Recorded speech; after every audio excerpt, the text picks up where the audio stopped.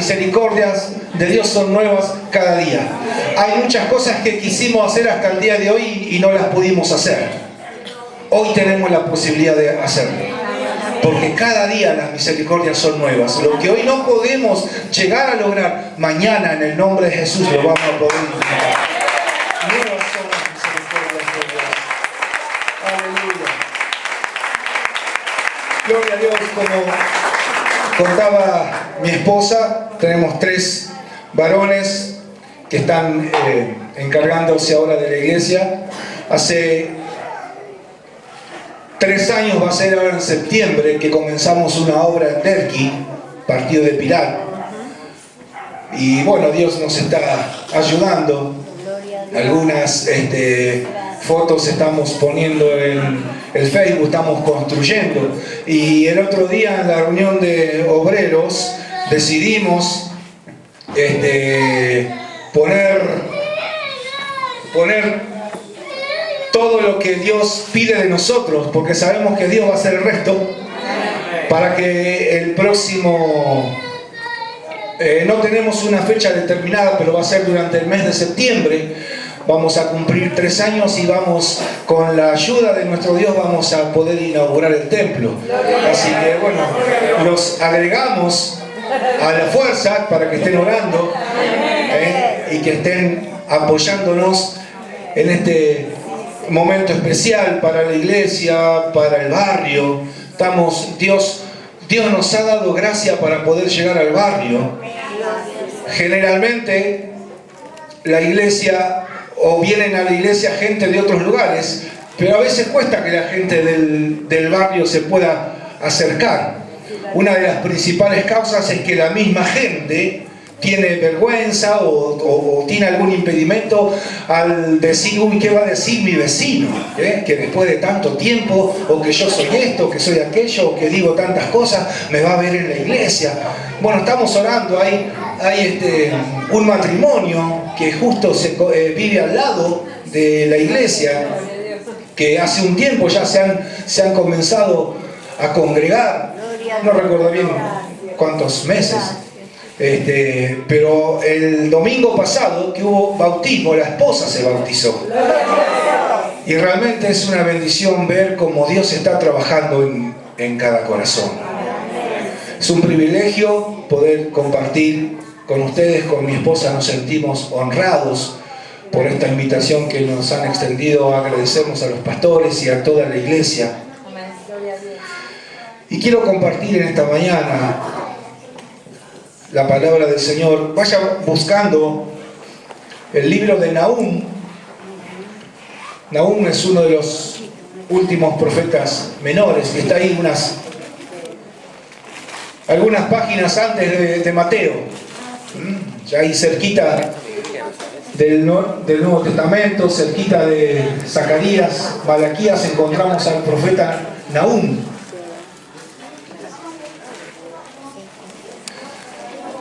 Gloria a Dios. El otro día estaba, no me acuerdo el nombre, pero viene a colación con lo que quiero leer en el capítulo 1. Estaba mirando una película, se la resumo porque la película duró más de 1 hora. Pero el argumento, ¿sabe qué? Tiene mucho que ver. Y me hizo acordar el Señor cuando estaba preparando su palabra. La película tenía que ver con un científico taiwanés que fue asesinado en Estados Unidos. Y a raíz de poder buscar el culpable y el porqué de este asesinato, se llegó a la conclusión de que este científico estaba por revelar o por hablar situaciones muy poderosas, una información muy poderosa que iba a comprometer a toda la nación de China. Y para mi sorpresa, al final de la película, vieron que generalmente pasan, esto es en memoria de, o esto es, o los personajes son ficticios, pero al final de la historia decían que era una historia real, una historia verídica, y que aún hoy Taiwán de alguna forma se siente sometido, porque si Taiwán revela cierta información. Dice que hoy, ¿me escuchó? Hoy, en la actualidad, hay cañones de China apuntando a Taiwán. Y toda esa lucha de poderes, todo ese pelear por ver a ver quién tiene o quién es más guapo a nivel militar en el mundo. Y esto tiene que ver, si me acompaña a Nahum, capítulo 1. Nahum da una profecía sobre Nínive. Libro de la visión de Nahum, de Elcos. Jehová es Dios celoso y vengador, comienza diciendo el profeta. Jehová es vengador y lleno de indignación, se venga de sus adversarios y guarda enojo para sus enemigos. Jehová es tardo para la ira y grande en poder, y no tendrá por inocente al culpable. Jehová marcha en la tempestad y el torbellino, y las nubes son el polvo de sus pies. Él amenaza al mar y lo hace secar, y agosta todos los ríos. Basán fue destruido, y el Carmelo y la flor del Líbano fue destruida. Los montes tiemblan delante de él, y los collados se derriten. La tierra se conmueve a su presencia, y el mundo y todos los que en él habitan. ¿Quién permanecerá delante de su ira? ¿Y quién quedará en pie en el ardor de su enojo? Su ira se derrama como fuego, y por él se hienden sus peñas. El profeta acá está describiendo la grandeza del poder frente a la creación del Creador. ¿Cuántas veces nos encontramos frente al mar? Aquellos que lo pudieron ver en alguna oportunidad, no nos viene a nosotros decir, ¡fua! ¡Qué tremendo! ¡Qué tremendo! No vemos dónde termina. No vemos al costado hasta dónde se extiende. No vemos del otro costado hasta dónde llega. Lo mismo cuando estamos aproximadamente cerca de alguna montaña, de alguna llanura, de alguna colina. Vemos cómo la gente puede creer que eso lo pudo haber hecho alguien. Semejantes montañas y semejante grandeza hablan por sí misma del poder de Dios. La nación de Nínive, que era la capital, Nínive era la capital del imperio asirio, estaba siendo amenazada. Aproximadamente, ¿recuerdan la historia de Jonás, que un pez grande se lo tragó? Bueno, esta historia de Jonás sucede más o menos 100 años antes del profeta Nahum. 100 años antes, Dios le dice a Jonás que vaya a predicar, porque era necesario que Nínive se salve.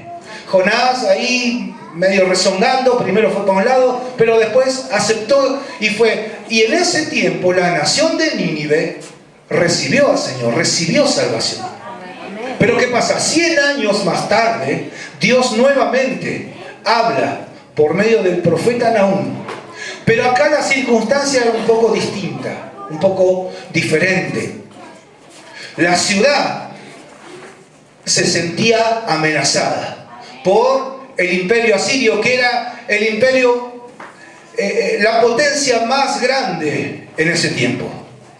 La potencia más temerosa que estaba en ese momento, en ese lugar, era el imperio asirio. Así que en medio de toda esa situación, entendemos que por más que hayan pasado 100 años, la palabra del Señor, como sucedía en ese tiempo, no había Biblia, sino la única manera en que se pasaba de padres a hijos, a hijos y a hijos y a hijos, era de boca en boca. Una transmisión oral. Yo entiendo que había gente que había escuchado de la salvación de sus abuelos, de sus padres, pero en ese momento estaban siendo intimidados. Los cañones de Asiria estaban siendo apuntados hacia Nínive, y en cualquier momento iban a ser derrotados, o intentaban. El imperio asirio intentaba derrotar. El imperio asirio se sentía el más poderoso. Por eso Dios habla y dice, ¿quién es el poderoso en realidad? Está dando a entender quién es Como Dios, semejante mar, dice que Dios con su poder seca el mar en un momento. Dice que las nubes son el polvo de sus pies, la grandeza de nuestro Dios. Y saben que en medio de toda esta situación de conflicto, siempre hay una luz que brilla, siempre hay una esperanza. Y sobre esta esperanza quiero hablarles, que es la que se encuentra en el versículo 7. En medio de toda esta situación, Dios nos quiere decir tres cosas en esta mañana. Lo primero que Dios nos quiere decir es que Jehová es bueno. Puede ser una frase muy común, una frase que quizás muchas veces sale sin realmente entender lo que significa. Dice que la palabra bueno nos deriva a alguien que da deleite y placer. Dios causa eso en nosotros. Saben que aún en medio de las circunstancias difíciles, aún en medio de los problemas que nos quieren traer tristeza, desánimo, miedo, temor. Salmo 73, versículo 28 dice: pero en cuanto a mí, el acercarme a Dios es el bien. Es la raíz de la misma palabra bueno. Es el bien. El acercarme a Dios es el bien. Versículo muy conocido. Dice: porque Jehová es bueno y para siempre es su misericordia. Pero lo primero, ¿por qué su misericordia es para siempre? Por lo primero, porque Dios es bueno. Porque Dios es bueno. Y es bueno poder ir a Él y poder acercarnos a Él. También otro salmo, este es muy lindo, otro salmo que es el 116, versículo 7. El mismo salmista se está hablando él mismo y dice: vuelve, oh alma mía, a tu reposo, porque Jehová te ha hecho bien. ¿A cuántos Dios nos ha hecho bien? Él está recapacitando en un momento en el que se encontraba transitando por un desierto, ¿no? Cuando nosotros hacemos alusión espiritualmente de un desierto, entendemos por un momento difícil. Entendemos que estamos atravesando un momento de dificultad. En el desierto, en medio de tanta sed, no tenemos agua. En el desierto, en medio de tanto calor, no tenemos cómo refrigerarnos. Y por la noche en el desierto, en medio de tanto frío, no nos alcanzan las mantas para cubrirnos. El desierto es un momento de prueba en el que tenemos que atravesar. Pero tenemos que saber siempre que Dios, porque es bueno, está con nosotros. No porque nosotros lo merezcamos, sino porque Dios es bueno. Otra versión de este salmo que dice: vuelve, oh alma mía, a tu reposo, porque Jehová te ha hecho bien. La versión Dios habla hoy dice: ahora sí, dice el salmista, puedo volver a sentirme tranquilo porque el Señor ha sido bueno conmigo. Ahora sí, después de esta prueba que pude pasar, después de este momento difícil que me tocó vivir, pude permanecer fiel a Dios. Puedo sentirme tranquilo porque Dios ha sido bueno conmigo. Aleluya. Hermanos, Dios quiere que podamos recibir y que podamos ser rodeados de su paz, de su tranquilidad en medio de la aflicción, como este pueblo estaba siendo amenazado por los enemigos, de que en cualquier momento iban a ser destruidos, que sus familias iban a ser cautivas, porque una de las características que se desarrollaban en ese tiempo eran que generalmente los hombres eran muertos y sus familias eran cautivas y llevadas a otro lugar, lejos, donde ya sus costumbres iban a ser cambiadas, donde ya su manera de relacionarse con Dios, con Jehová en ese tiempo, querían distorsionarles y querían hacer que ya no adoren a Dios, sino que adoren a toda la idolatría que se manejaba en ese tiempo. Pero Dios, aún en esos momentos de incertidumbre y de dificultad, es como bueno. Dios es bueno. Esto nos lleva de alguna manera a que vivamos cada día necesitando de la bondad de Dios. Y nosotros, frente a la bondad de Dios, nos encontramos con una realidad nuestra. Tanto Romanos capítulo 3 como el Salmo 14 nos hablan de que no hay quien haga lo bueno. No hay ni siquiera uno. Eso nos habla que los méritos no son nuestros, sino que los méritos son de Dios. El habernos amado y el habernos perdonado. Mateo 12:35 nos habla de alguna manera de algunas dificultades o problemas, o de dónde surge la dificultad, de dónde surge el problema. El hombre bueno dice que del buen tesoro del corazón saca buenas cosas, y el hombre malo del mal tesoro saca malas cosas. El hombre bueno del buen tesoro del corazón saca cosas buenas. Necesitamos que la bondad de Dios pueda tomar el control de nuestro corazón. Sabemos que nos vamos a equivocar, sabemos que vamos a errar, pero una cosa es poder errar sin tener o sin importar lo que Dios quiere hacer con nosotros o conmigo, y otra cosa distinta es decir: Señor, ayúdame, no me quiero equivocar, que me puedo equivocar, no quiero errar, que puedo errar.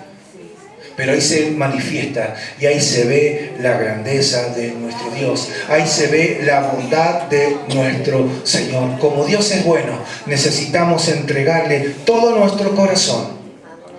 Y vamos a poder comprobar cada día de la bondad de Dios, hermanos. Amén. Lo segundo que nos dice el profeta, dice que Él es fortaleza en el día de ¿qué? De la angustia. Él es fortaleza en el día de la angustia. Y sabe que en el día en que nos sentimos de esta manera, nos sentimos muy vulnerables. Nos sentimos como que toda nuestra guardia ha caído, ha bajado. Entonces cualquier síntoma espiritual negativo que ande dando vueltas por ahí, lo vamos a captar nosotros. Es muy similar cuando nuestro cuerpo físico está con defensas bajas, ¿verdad? Cualquier resfrío ya nos hace un tremendo daño, porque nuestro cuerpo no está respondiendo como tendría que responder, porque algo está atacando las células, los glóbulos que hacen que nuestra vida que nuestro cuerpo no responda ante el virus que nos quiere atacar de la forma que tendría que responder. Entonces cualquier resfrío pequeño hace que por ahí estemos con antibiótico o que derive por ahí en un problema mayor. La angustia quiere hacernos retroceder. La angustia quiere hacernos volver al pasado. ¿Recuerdan el pueblo de Egipto en su caminata? ¿Cuántas veces quiso volver a Egipto? Un montón. Pero no quería volver cuando las cosas le iban bien. Cuando cruzaron el Mar Rojo estaban todos saltando y gritando y alegrándose, y Moisés era el más capo de todos. Ahora, cuando se estaban muriendo de hambre y cuando estaban cansados del maná y cuando lo único que tenían era maná y no tenían otra cosa y querían comerse otra cosa, ya Moisés no era tan capo. Cuando tenían sed y estaban en medio del desierto, antes de llegar a la roca, estaban muriendo de sed, habían pensado en apedrearlo. Aquel que era el más capo en un momento, estaban pensando en matarlo. Entonces, la angustia en momentos de incertidumbre, en momentos de aflicción, nos hace mirar para atrás y nos hace decir: ¿para qué decidí? ¿Para qué decidí ir a la iglesia? Si antes no me iban tan mal las cosas. ¿Escuchó alguna vez eso? Sí. Porque una de las artimañas que Satanás quiere emplear es el engaño. Él vive del engaño. Por eso todo lo que nosotros podamos recibir negativamente viene de Satanás. porque Él quiere engañarnos y Él nos dice, ¿viste? ¿Para qué decidiste tal cosa? ¿Para qué decidiste hacer esto? ¿Para qué decidiste comprometerte con la iglesia? ¿No es que ahora no tenés para echarle nafta al auto, o no tenés para ir a comprar pan, o no tenés esto? Con todas las cosas, decía el profeta Nahum, aunque no tenga esto, aunque no tenga lo otro, aunque no me llegue lo que estoy esperando, con todo yo me alegraré en Jehová. Me gozaré en el Dios de mi salvación. Aunque venga el asirio, aunque venga el enemigo, aunque no sean buenas noticias en el trabajo, aunque no tenga buenas noticias en cuanto a mi salud, voy a poder mantener, voy a poder sostener mi fe, que va a hacer que mi angustia, mi aflicción, mi problema de a poco pueda ir desapareciendo. Amén. Dice el Salmo 63, uno de los salmos en que se ha basado el coro ese, no sé si lo conocen, temprano yo te buscaré. Los versículos 7 y 8 dicen, porque has sido mi socorro. El salmista le está diciendo a Dios, y así en las sombras de tus alas me regocijaré. Está mi alma apegada a ti, porque tu diestra me ha sostenido. Tu diestra me ha sostenido en el problema, en el desierto, en la aflicción.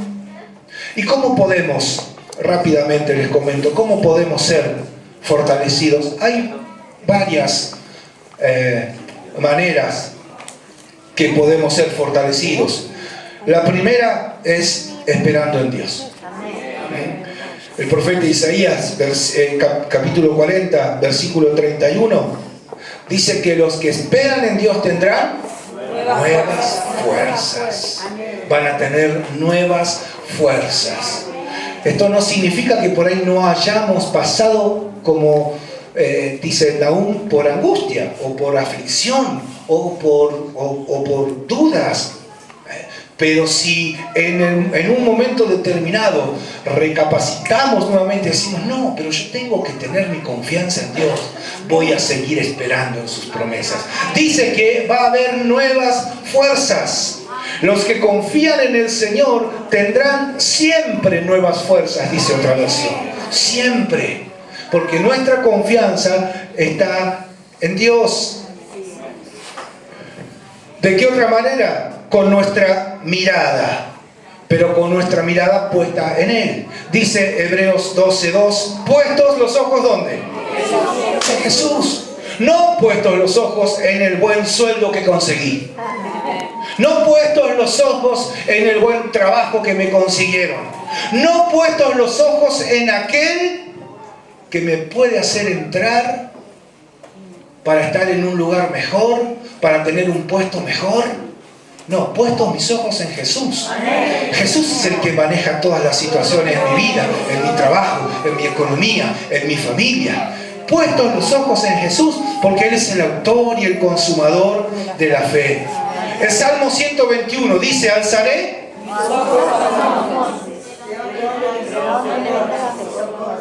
Muy bien. Alzaré mis ojos a los montes, dice el salmista. ¿De dónde vendrá mi socorro? Saben que en ese tiempo, en los montes, estaban las ciudades más fortificadas. Había edificaciones donde ahí vivían reyes, donde de ninguna manera alguien podía acceder y combatirlos y vencerlos y destruirlos. Entonces el salmista mira los montes y dice, ¿de dónde vendrá mi socorro? Mi socorro es ese, estar rodeado en un buen castillo, estar cubierto en un buen palacio, estar rodeado en un buen edificio. ¿Ese es mi socorro? Y el salmista al mismo tiempo dice, no, mi socorro viene de Jehová, que hizo los cielos y la tierra. Él es el poderoso Dios. Él es aquel que todo lo puede hacer y que todo lo sabe y que todo lo conoce. Y lo tercero en que nos podemos fortalecer es guardando la palabra de Dios y poniéndola por obra. ¿Recuerdan que hace un ratito habíamos hablado en Mateo que del buen tesoro del corazón el hombre saca las cosas buenas? Ahí es donde debemos atesorar la palabra de Dios. Pero ya mucho tiempo antes, Dios le dijo a Moisés: guarda pues todos los mandamientos que yo te prescribo hoy, para que seas fortalecido. Deuteronomio 11, versículo 8. Para que seas fortalecido. Guarda la palabra de Dios. Hermano, aferrate a la palabra de Dios. Créele a la palabra de Dios. Créele a Dios.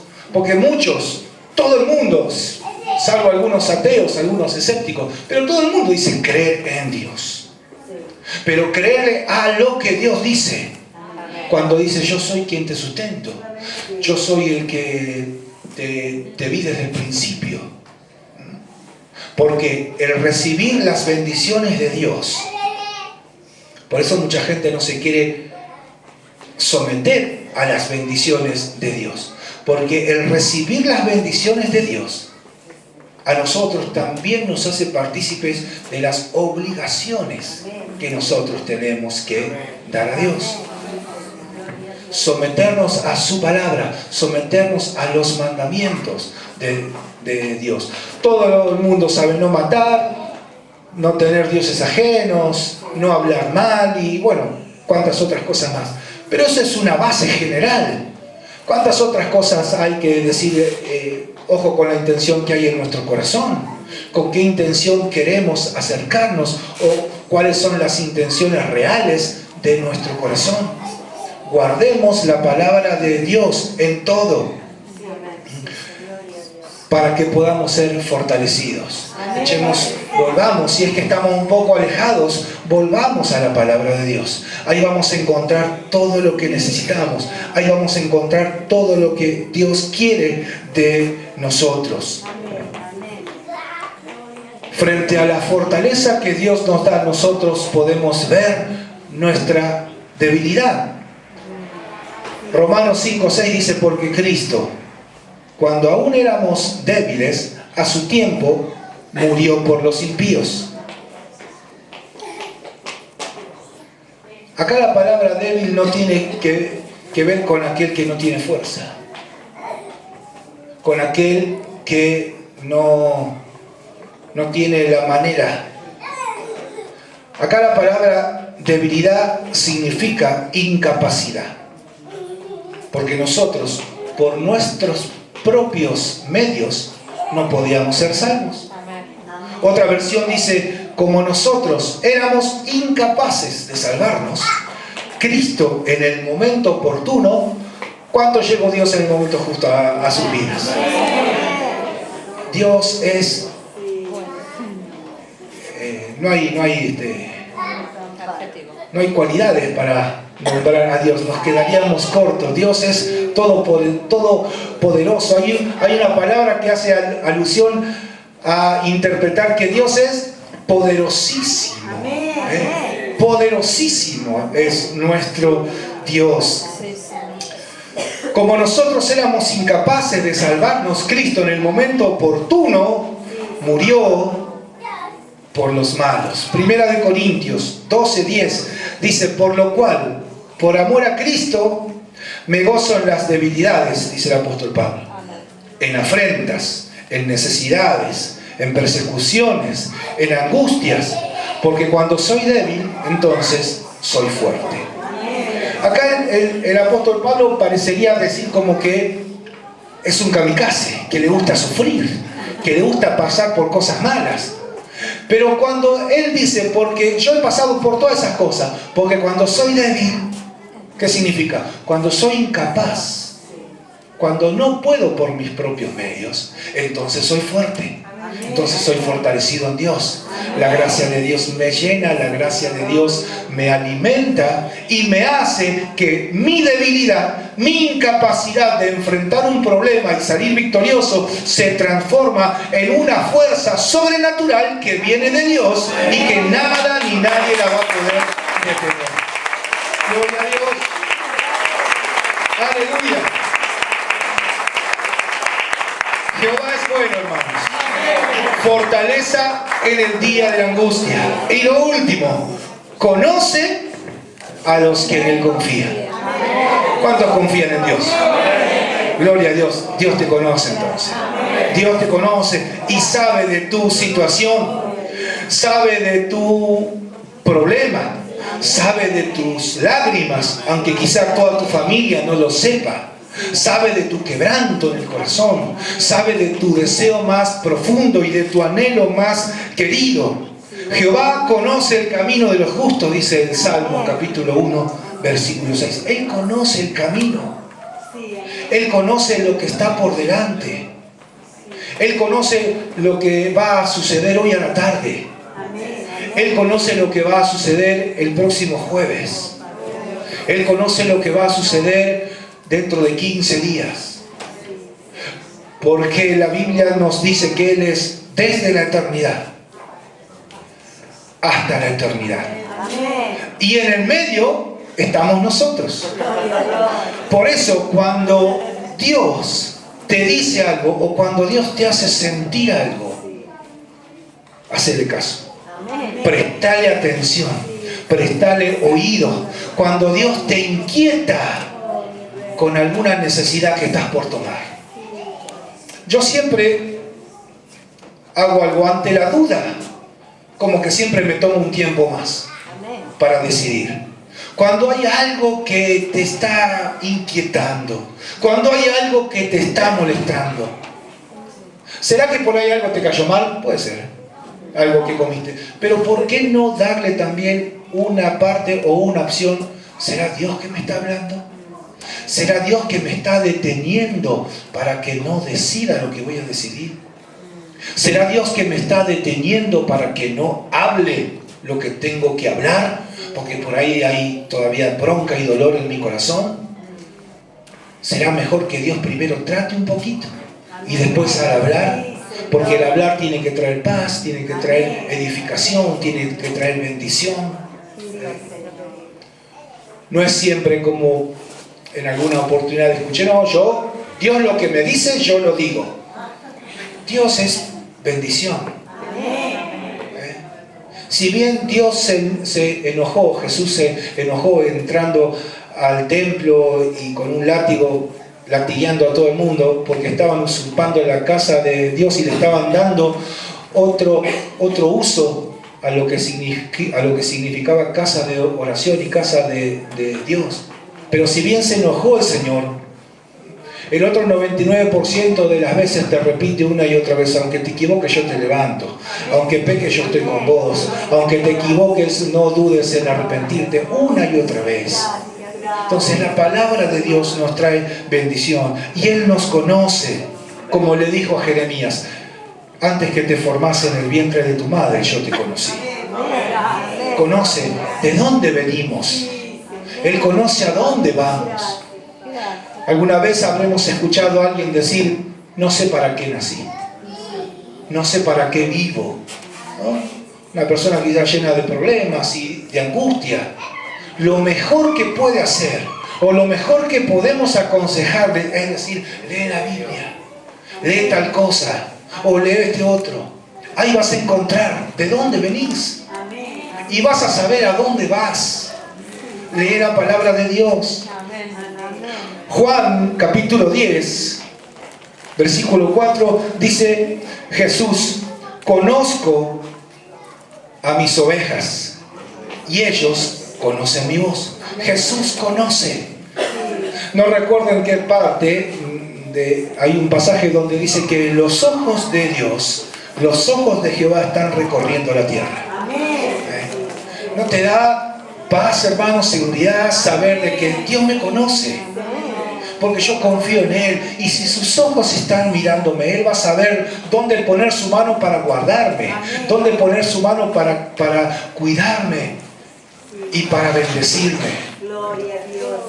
Aleluya. Como veníamos hablando anteriormente, Jehová es bueno. El problema no está en Dios, el problema está en nosotros, porque la Biblia dice que no hay bueno ni un uno. Jehová es fortaleza. El problema no está en Dios, que es nuestra fuerza, sino en nosotros, que aun siendo débiles, nos creemos fuertes en nuestras propias fuerzas.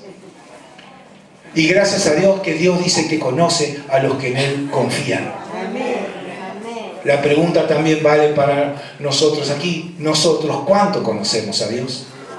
Dios nos conoce a nosotros. Nosotros, ¿cuánto conocemos a Dios? Juan capítulo 8 dice, conocerás la verdad y la verdad te hará libre. Jesucristo te hará libre. Ahora entendemos que es un proceso en el que conocemos, aceptamos a Jesucristo y comenzamos un proceso de santificación. Comenzamos un proceso de regeneración, donde las cosas malas de a poco van saliendo. Las cosas que no agradan a Dios de a poco van saliendo. Aunque de vez en cuando, por ahí, algo quiere volver. Pero eso no nos tiene que desanimar. Eso no nos tiene que hacer bajar los brazos. Eso no nos tiene que hacer pensar, decir, no sirvo. Otra vez pequé. Otra vez fallé. Otra vez le fallé a Dios. Es que Jesús, cuando murió por tus pecados, murió por todos los pecados que cometiste, por todos los pecados que cometí, y también murió por todos los pecados que vas a cometer. ¿Se entiende? Por eso es importante que te puedas sostener en fe, en Dios. Y no ser que le pidas a Dios para ser obediente, no una vez, sino obediente en un plazo largo. ¿Recuerdan la historia de Noé? Dios le encargó hacer un arca. Y por más de 100 años tuvo que hacerlo. En ese tiempo la gente no sabía qué era llover. No había llovido hasta ese momento. Nosotros nos ponemos así a pensar rápidamente, pero todo lo que tuvo que, o todo lo que habrá sufrido este hombre, sus hijos, sus nueras, su esposa, porque estaba haciendo algo al que todo el pueblo le decía, vos estás loco, estás perdiendo tu tiempo. No sé si a alguien le han dicho algo así. Quédate a dormir el domingo a la mañana en tu casa, calentito, ahora que viene el frío, el invierno, la lluvia. Estás loco, estás perdiendo tu tiempo. Pero ¿saben qué? En algún momento personas así van a venir, van a golpear tu casa, te van a llamar por teléfono y te van a decir, necesito que ores a tu Dios, necesito que le pidas a tu Dios, necesito que clames a tu Dios. Aleluya. Gracias, Señor.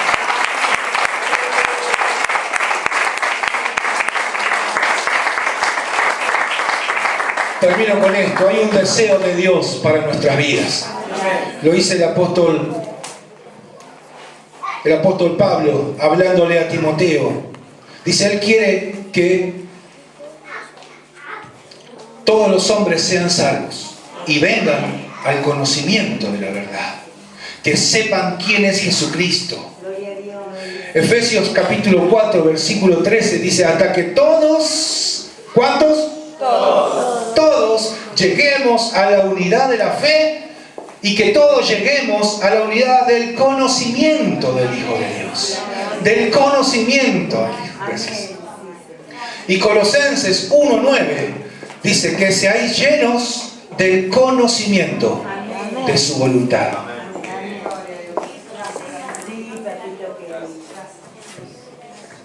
Hermanos, Dios es bueno. Él es nuestra fortaleza y Él nos conoce. La contrapartida o lo contrario a todo eso es que nosotros no somos buenos. La Biblia dice que no hay ni uno bueno.